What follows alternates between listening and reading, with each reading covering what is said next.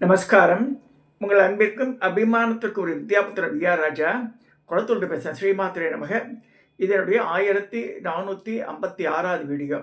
இந்த வீடியோவில் என்ன பார்க்க போகிறோம்னா, நம்ம லலிதா சஹஸ்ரநாமத்தினுடைய விளக்கு உரை நங்கநல்லூர் ராஜராஜேஸ்வரி பீடத்தில் வெளியிட்ட புக்கு பா ராமலிங்கர் ரொம்ப எழுதியிருக்கிறத 750 நாமாவளி பார்த்துருக்கோம். சரி, இப்போ 751 பார்க்க போகிறோம். இன்றைக்கி 11 நாள் ஓடிடுச்சு. நீ 12வது நாள் இன்றைக்கி பார்க்கலாம். மரணத்தையே கோடாலி போல வெட்டி தழுபொருள் தேவி என்றால் யமனுக்கு யமன் என்றாகிறது. உண்மையே காலனாகிய மிருத்யுவுக்கே காலத்தை முடிவு செய்கிறபடியால் அம்பாளுக்கு மகா காளி 751. காலனையே விழுங்குகிற காளி காலன் எம்மாத்திரம் பிரபஞ்சத்தையே கவனமாக உண்பாள். தேவி மகாகிராசா 752 என்று போற்றப்படும் பெரும் கபலக்காரி. அப்படியே எடுத்து பிரபஞ்சங்களே சாப்பிட்றா. மகாகிராசான அதான் பெருங்கபலக்காரி அம்பாள். பிரபஞ்சத்தை விட பெரிய ஆகாரம் எது? எனவே அவரை மகாசனா 753 பெரிய ஆகாரம் உடையவள் என்று அழைக்கிறோம். சந்திரசேகரி நாகபூஷணத்தி அண்டமுண்ட நாரணி ஆல போஜனத்தி என்று தேவியை போற்றுகிற திருப்புகள். வேடிக்கை, தேவி பெரும் தீனி கொள்பவள் என்பது மிகவும் சுவாரஸ்யமாக உள்ளது. கல்யாண சமையல் சாதம் சொல்லிட்டு பாடுவான மாயா பஜார மாதிரி இருக்குது. அதே விட சுவாரஸ்யம் என்னவென்றால், அந்த தேவி இலையை கூட ஆகாரம் பண்ணாது விரதம் இருப்பாள். அப்பர்ணா 754. பர்ணம்னா இலை, அப்பர்ணான்னா அதை கூட சாப்பிடாமல் இருந்திருக்காவோ. இலையை கூட சாப்பிடாமல் தேவி பண்ணிய தபஸ் மிகவும் கடுமையானது. இந்த கடுமையான விஷயங்களை தேவி ஈடுபடுவதாக தெரிகிறது. சில சமயம் கடுமையாகத்தான் இருக்க வேண்டும். தன்னிடம் பக்தி பண்ணாதவரிடம் சண்டிகா 755 என்ற பெயர் கேட்க கோபமாக இருப்பாள். அதே மாதிரி கோபத்தை ஏற்படுத்தி கொண்டு தான் சண்ட முண்டர்களை சம்ஹாரம் பண்ணி சண்ட முண்டாஷ நிஷூதினி 756 என்ற பெயரும் பெற்றாள். இப்படி சம்ஹாரம் செய்யப்பட்ட அசுரர்களை முண்டங்களை மாலையாக தெரிந்து கொண்டு காளிகா தேவியார் பகத சித்திரங்களில் காண்கிறோம். நாம் அழிவுள்ள விஷயங்களை தரித்திருப்பதாக காட்டிக்கொள்கிறார் அம்பிகை. அழிவுள்ளதும் அழிவு இல்லாததும் ஆகிய 2 விதமான விஷயங்களை சொரூபமாக ஷராத்மிகா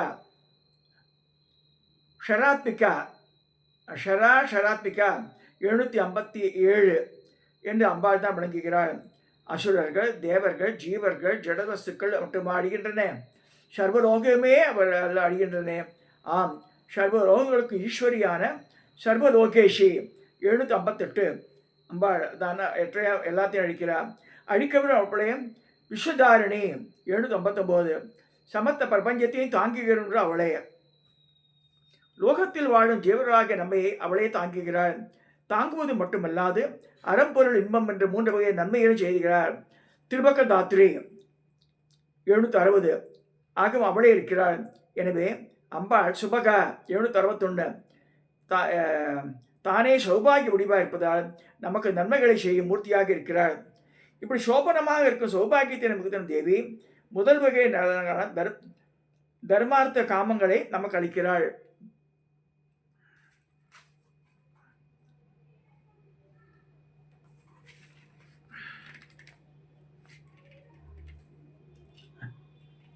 திருவகதாத்திரியா இருந்து மேலும் அம்பாள் சுபகா தானே சௌபாகிய வடிவாக இருக்கான்னு சொல்லப்படுறது. 761. அடுத்தது அம்பாள் விஷயத்தில் நிறைய மும்முன்றாய் இருக்கும் விஷயம் சொல்லியுமே. அம்பாள் விஷயத்தில் மும்முன்றாய் இருப்பது நிறைய சொல்லலாம். அவளே முக்கன் படைத்தவள். திரியம்பகா 762. அடுத்தது திருப்புகள் தவிர சத்வம், ரஜஸ், தமஸ் என்ற 3 குணங்கள் கொண்ட திரிகுணாத்மிகா 763. காளி ஸ்வரூபம் தமஸ், துர்கை ரூபம் ரஜஸ், பார்வதி ஸ்வரூபம் சத்வம். இந்த 3 இருக்கிறாள் அம்பாள். திரிகுணாத்மிகா 763. நித்திய வகையான மோட்சமும் தருவாள் அம்பாள். சொர்க்கம் என்னும் அவித்தியமான சுகத்தையும் பரமானந்தம் என்னும் நித்தியமான சுகத்தையும் தரும் சொர்க்கா பவகதா 764. இவை எல்லாமே கலப்படமற்ற சுத்தமான சுகங்கள். அம்பாள் விஷயத்தில் எல்லாமே எப்பொழுதும் சுத்தமானது தான். இதனால் சுத்தா 765 என்று அழைக்கிறோம். குணமும் சரி, ரூபமும் சரி, எல்லாமே சுத்தமாக இருக்கும் உருவானவள் தேவி. ரூபத்தை பற்றி கேட்க வேண்டுமா? மூவுலகிலும் காண முடியாத அழகிய சுரூபம். அம்பாள் சக்க சிவந்த மேனிகள். ஜப்பா புஷ்ப நிபாகிருதிகி 766 நல்ல சிவப்பு. கேவலம் ரூப அழகு மட்டுமா தேவி? இந்திரியங்களின் கூர்மை, வன்மை இவற்றை கூட்டமான ஓஜஸ் என்னும் வீரியம் புரிந்த காந்தி உடையவள். ஓஜோவிதி 767. அம்பாள் எப்பயுமே இந்த காந்தியோடு இருப்பவள். திதிதரா 768. இவ்வுலகில் காண முடியாத விஷயம் கற்பனை தான் பண்ணலாம். காந்தி என்ற சொல்லிருக்கும் போது நம் லோகத்திலேயே தர்மசாஸ்திரப்படி யஜ்யங்களை தவறாக செய்து ஒரு உண்மையான பிராமணர்களை முகத்தில் காணும் காந்தியை போல் சொல்லலாமா? ஓரளவுக்கு சொல்லலாம். அப்படி அவர்களுக்கு அந்த காந்தியின் தேஜஸும் ஏற்பட காரணம் அவர்கள் விடாது செய்து வரும் யஜ்யங்களின் வடிவாக இருப்பது அம்பாள் என்பதால் அவளே யஜ்ய ரூபா. 769. யஜ்ய ரூபத்தில் இருக்கிறவள் தேவி. எனவே யஜ்யத்தில் பிரியம் கொண்டவள் என்று ஆகிறது. இங்கே விப்ரோத்தமான ஒரு பையன், சின்ன பையன் தான், ஒரு 25 வயசு தான் இருக்கும் அவனுக்கு. நல்லா சண்டியாக தான் பண்ணுறான். கர்நாடகா சேர்ந்த பையன். அடி மூஞ்சியில் அடி தேஜஸ் மிளரும். அப்படியே விப்ரோத்தமா.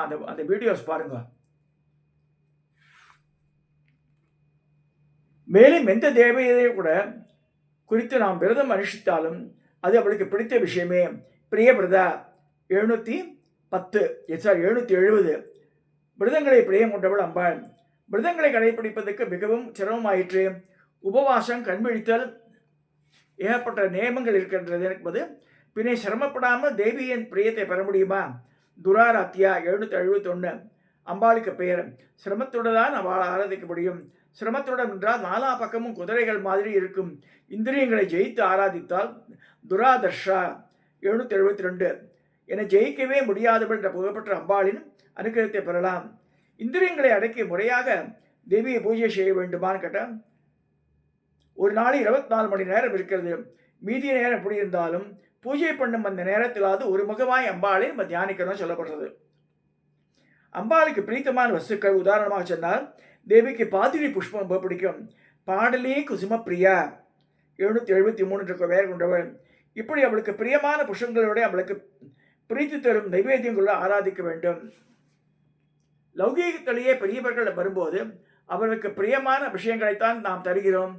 வயசானவாளுக்கு பால்கோவா வாங்கி தரது, அதாவது திரட்டிப்பால், நல்ல பழங்கள், அது ட்ரை ஃப்ரூட்ஸ், இதெல்லாம் தரதான் ரொம்ப மனசு சந்தோஷப்படுது. குழந்தைக்கும் சரி, பெரியவாளுக்கும் சரி. இவ்வுலகில் உள்ள பெரியவர்களுக்கு இப்படி மரியாதை காட்ட வேண்டும் என்றால் மகதி 774 என்னும்படியாக மிக பெரியவளான ஒரு அம்பாள் விஷயத்தில் கேட்க வேண்டுமா? அவள் சம்பந்தப்பட்டது எல்லாமே பெரியதுதான். பிரபஞ்சத்திலேயே பெரியதான மேருமலையில் தான் அவள் வாசம் செய்கிறார். மேரு நிலையா 775.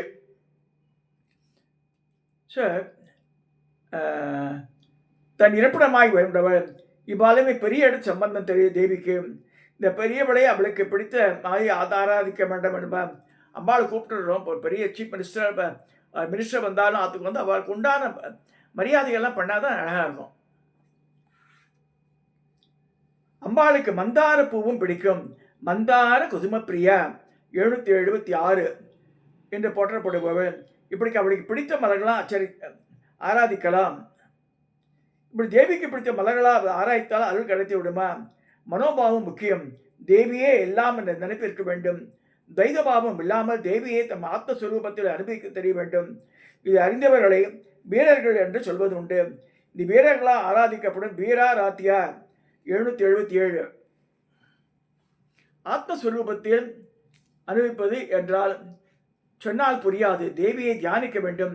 விராட் ரூபா 778. அத்தனை சூழ சரீரமாக தேவியை தியானிக்க எத்தனையோ ரூபங்கள் உள்ளன.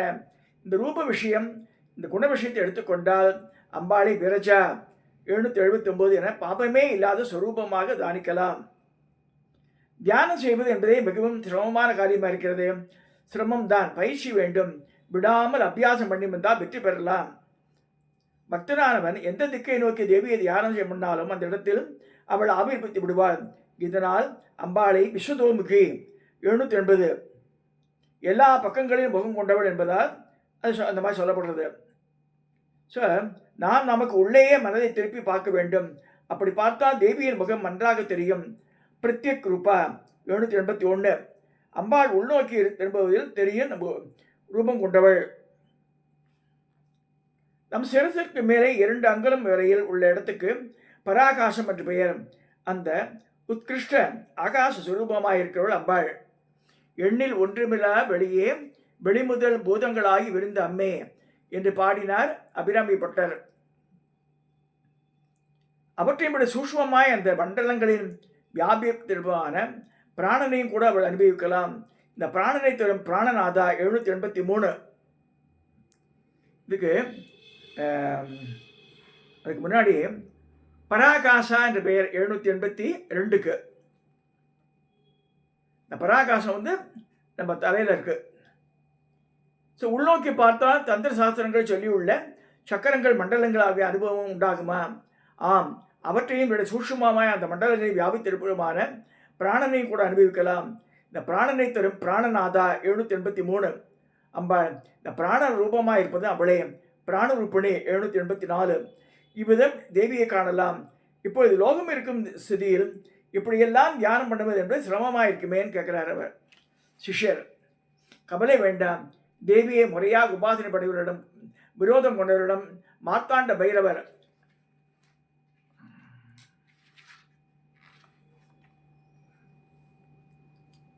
என்னை பைரவர் தண்டித்து விடுவார்.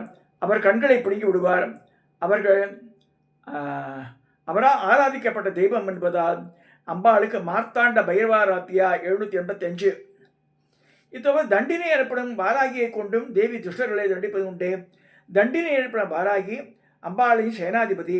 அது போதாது தனது ராஜாங்க விஷயங்களை கவனிக்க மந்திரியாக ஷியாமளையான மந்திரிடம் பொறுப்பை தந்திருக்கிறார். ஷியாமளைக்கு முத்திரேஸ்வரனே பேர். இதை வைத்து தேவியை மந்திரணேயஸ்த ராஜது 786 என்கிறோம்.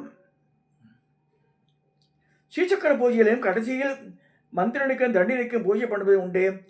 ஸ்ரீசக்கரத்தின் ஒவ்வொரு சக்கரத்துக்குமே அதிஷ்டான தேவதை உண்டு.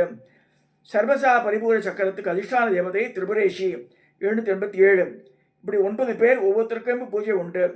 தண்டினையை கொண்டே தேவி தன் சேனைகளை நடத்துகிறாளா? ஆம், சாதாரண சேனை அல்ல. தோல்வியே அறியாத ஜெயத்தை மட்டுமே தரும் சேனை. எப்பொழுதும் வெற்றியே கண்டிருக்கும் சேனைகளை உடைய ஜெயசேனா 788. இப்படி யுத்தத்திற்கு தயாராக இருக்கும் சேனை ராஜ்ய பரிபாலனம் பண்ண வேண்டிய பொறுப்பு இத்தனையிலும் ஈடுபட்டு இருக்க வேண்டியிருக்கிறது தேவிக்கு. இதனால் அவசியமாக ராஜஸ் குணம் தூக்கி இருக்கிறமே என்ற சாதாரணமாக இருப்பவர்களுக்கு அப்படி அம்பாளோ 3 குணங்களை உடையவள். சப்தம், ரஜஸ், தமோ குணம் இவற்றையெல்லாம் கடந்த நிஸ்திரை குண்யான்றது 3 குணங்களை உடைய 789 எல்லாம் கடந்தவள். மேலும் நண்பன் எதிரி 2 வகைகளையும் ஒன்றாக பாதிப்பவள், 2மாகவே இருப்பவள். எதிரியை பரம் என்றும் மித்திரனை அபரம் என்றும் வைத்து தேவியை பரா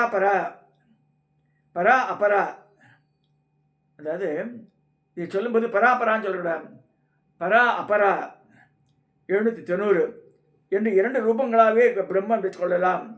குரல் உருப முராரி, சகோதரி, உலகதாரி, உதாரி, பாராபரி என்று தேவியை போற்றுகிறது திருப்புகழ். அம்பாள் தான் சத்துஞானந்த ரூபா 791 ஆயிற்று. தன்னிலேயே லயிக்கும் போது எப்படி முடியும்? வெளிப்பார்வைக்கு சாதுக்களை ரட்சிப்பது, துஷ்டர்களை சிக்ஷிப்பது என்று காட்டிக்கொண்டாலும் வாஸ்தவத்தில் சாமரச பராயண 792 சமபாவத்துடன் எப்பொழுதும் இருப்பவள் தேவி. உயர்ந்த அவள் கூடுதல் குறைதல் எதுவுமே பாராட்டவள் அவள். ஆம், எல்லாமே ஒன்றுதான் தேவிக்கு. ஈஸ்வரன் மயிரால் அவதாரம் எடுத்தபோது அம்பாள் மகாலசா என்ற ரூபத்துடன் வெறும் வரட்டுகளான ஆணைகளை மடிந்திருந்தாள். வரட்டுக்கு கபர்தம் என்று பெயர். இதனாலே தேவிக்கு கபர்தினி 793. அதாவது சுவாமி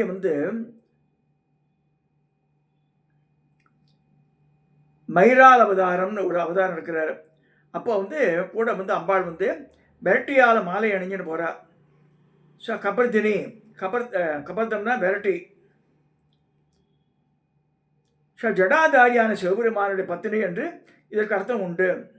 தேவி விரட்டி மாலையும் அணிவாள், மண்டை ஓட்டு மாலையும் அணிவாள், முண்ட மாலையும் அணிவாள் இல்லையா? உயரிய ரத்தன மாலையும் அணிவாள், 64 கலை உள்ள மாலையாகவும் அணிவாள். கலா மாலா 794. தேவிக்கு எல்லாமே சமமாக இருக்கிறது. நமக்கு ஒரு உயர்ந்த விஷயங்கள் தான் வேண்டி இருக்கிறது. நமக்கு விரட்டி வேண்டாம், ரத்னம்தான் வேண்டும் என்று இருக்கிறது. கவலை வேண்டாம், தேவி நம் நிலைமையை அறிந்தவள். நம் மனோரதங்கள் ஆசைகள் யாவற்றையும் பூர்த்தி செய்தும் காமதுகா 795. அம்பா காமதேனு வேண்டியவளை கொடுத்திடுவாள், அவை விரும்பும் முன் கொடுத்திட விரைந்திடுவாள் என்று பாரதி சொல்கிறார். காமரூபணி 796. அவளே பக்தனின் நினைத்தையை நடத்தி வைப்பாள். 64 கலைகளாகிய மாலைகளை அணிந்தவள் அவள். இது தாத்பரியம் என்ன? வர்ணனையாக சொல்லப்பட்டது. கலைகளுக்கு பொக்கிஷமாக இருப்பிடமாக கலாநிதி 797 அம்பாள். எத்தனையோ கலைகள் இருந்தும் காவிய கலா என்னும் 798 காவியங்களால் ஏற்ற கலை. இவ்வாறே சித்திரக்கலை, சிற்பக்கலை, சங்கீதக்கலை, நடனக்கலை, நிறைய கலைகள் இருக்கு. 64 கலைகள் கொண்டு. ஸோ இத்தனை கலைகளையும் இருப்பார்கள் தேவி. காவியம், சித்திரம், சங்கீதம், நடனம், சிற்பம், இப்படி இந்த கலைகள் பலவிதமான ரசங்களை வெளிப்படுத்துகின்றன. ஆம், சிங்காரம் முதலிய 10 விதமான ரசங்கள் உள்ளன. அவற்றை நன்கு அறிந்தபடியால் தேவிக்கு ரசஜ்ஞா 799 என்ற பெயர். மேலும் ரசம் என்பதே பிரம்மத்தையும் பிரம்மாமிர்தத்தையும் குறிக்கும். அந்த பிரம்மாமிர்தத்தின் பொக்கிஷம் நிதி போன்றவள் ரசசேவதிகி 800வது நாமாவளி என்று அழைக்கப்படுவாள் அம்பாள். இன்னைக்கு இந்த அளவில் இந்த பகுதியை நான் பூர்த்தி செய்கிறேன். மிச்சத்தை நாளை வருண காலத்தை பார்க்கலாம். இந்த இது கேளுங்க. இதை நியரிங் டு த எண்டு. 800 நாமாவளி முடிஞ்ச திண்ணியோட இன்னும் 200 நாமாவளி தான். சரிதானு ரொம்ப எனக்கு வருத்தமாக இருந்தேன். ஏன்டா ஆரம்பித்தேன்னு எடுத்து எனக்கு. ஏன்னா முதல்ல நிறைய கேட்டான்னு சொல்லி ஆரம்பித்தேன். அது 20-30 பேருக்கு மேலே பார்க்க மாட்டேன்றேன். வேறு ஏதாவது ஸ்ரீவித்யா சப்ஜெக்டாக 200-300க்கு மேலே 1000 கூட வந்துடுது. பட் இதில் வந்து லலிதா சஹஸ்ரநாமத்தை இங்கே கேட்கக்கூட மாட்டேன்ற. அது ரொம்ப வருத்தமாக இருக்குது. சப்ஸ்கிரைப் பண்ணுங்க, நிறைய பேருக்கு சொல்லுங்க, கேட்க சொல்லுங்க. நமஸ்காரம்.